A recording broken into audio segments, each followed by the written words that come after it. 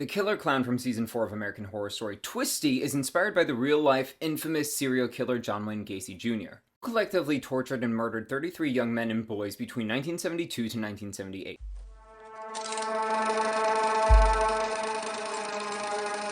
From the outside looking in, Gacy was a friendly, church-attending man who was extremely involved with his community. In fact, he, his second wife Carole, and their stepchildren would host huge block parties at their house for the entire neighborhood, where he would dress up as his alter ego, Pogo the Clown, to entertain the local children.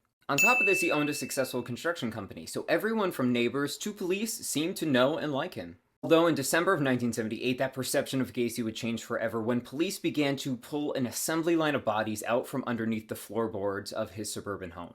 And at that point in time, Gacy would hold the record for being one of the most prolific serial killers within the history of the US. But if we take a step back before the murders, there were all the red flags of the monster he really was. In 1964, before any of the murders took place, Gacy was a married man who lived in Waterloo, Iowa with his first wife Marilyn and their 2 children. Although in May of 1968, their marriage would crumble when Gacy is arrested after assaulting 2 teenage boys.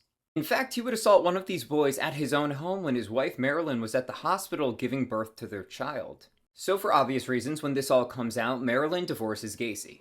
On November 7th, 1968, Gacy would plead guilty to assaulting one of the boys and he was sentenced to 10 years in prison. But after only 18 months, he's released on parole. And then he gets approval from his probation officer to relocate to Chicago where he starts his new life. By 1976, Gacy was remarried to wife number 2, Carole, and at this point he's exhausted with living a double life, so he confesses to her that he's bisexual.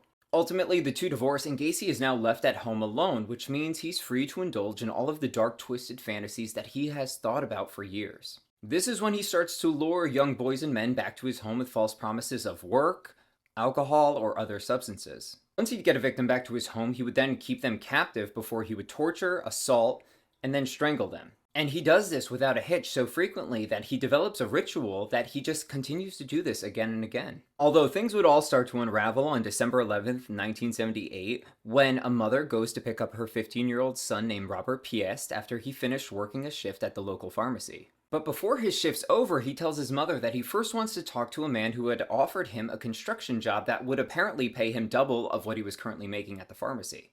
And Robert would tell his mom that this won't take long, it will only be a few minutes, and then I'll be out to the car. But as she's waiting there and time continues to pass by, her confusion on what's taking so long suddenly becomes concern when she goes into the pharmacy and she sees that Robert's not there. So she asks the pharmacist, do you have any idea on who Robert was talking to? And that's when the pharmacist says, oh, it might be John Gacy because his construction company is actually just finishing up work here at the pharmacy. And that would just make sense because he was just here. The mother has enough common sense and intuition to know that this isn't right. If Robert said it was only going to take a few minutes, then it would. It doesn't make sense on why he would just be missing in action almost an hour later. So she leaves the pharmacy, goes home, picks up the rest of the family, and they go to the police station to report Robert missing because this is not like him. And then once police begin to investigate, one of the first people they talk to is John Gacy, since the employees at the pharmacy said that that's who Robert was talking to before he left. And police are also aware that Gacy was previously arrested for assaulting 2 young teen boys in Iowa, and mind you, Robert was 15, so right away it automatically looks a little suspicious. On top of this, Gacy already had a running list of questionable things that were reported to the police.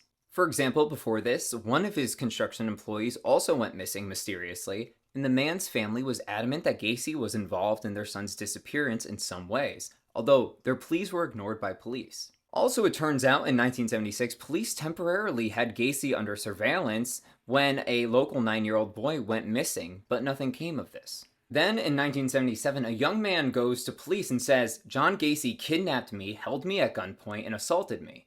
So police actually go to question and arrest Gacy, and he would agree that, yeah, all of these things happened, except it was consensual. He wanted it. He wanted me to kidnap him and assault him. Police take his word for it and don't actually press him with any charges, and he's just free to go.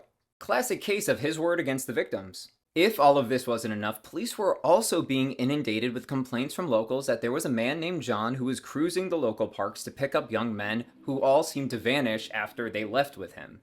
And for those that don't know, cruising essentially is like trying to pick up people on the spot for some favors, if you catch my drift. So if all of this evidence wasn't enough, police were forced to actually take action when Robert goes missing since Gacy was last seen talking to him and Gacy's construction company had just finished renovating the pharmacy that Robert worked at.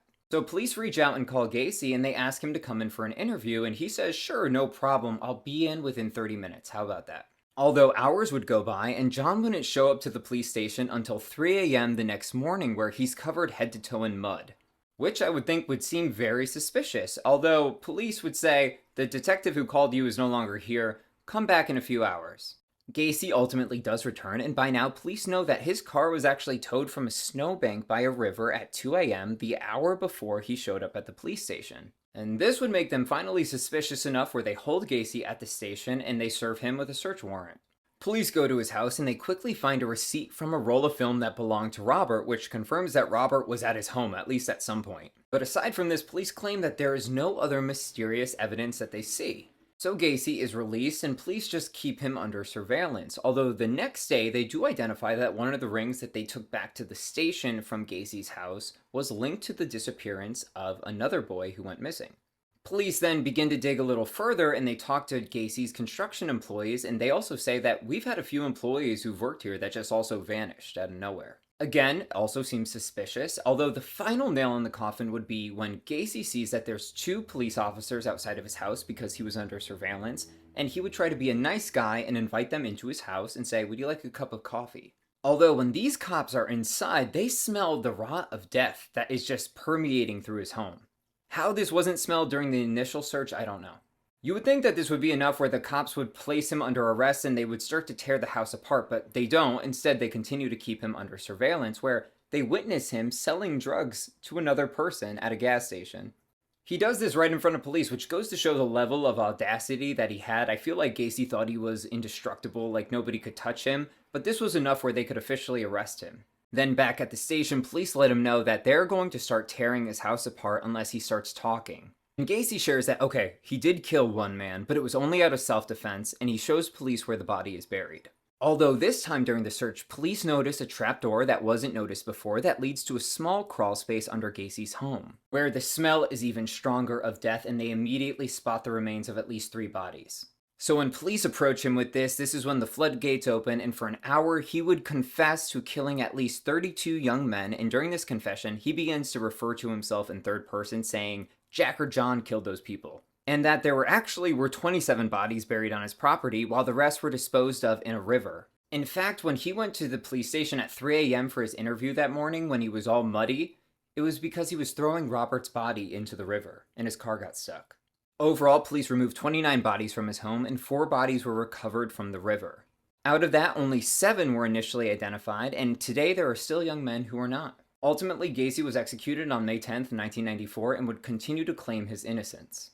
And in 2011, police began to use updated DNA testing to identify more victims. And over the years, out of 8, they identify 3 more.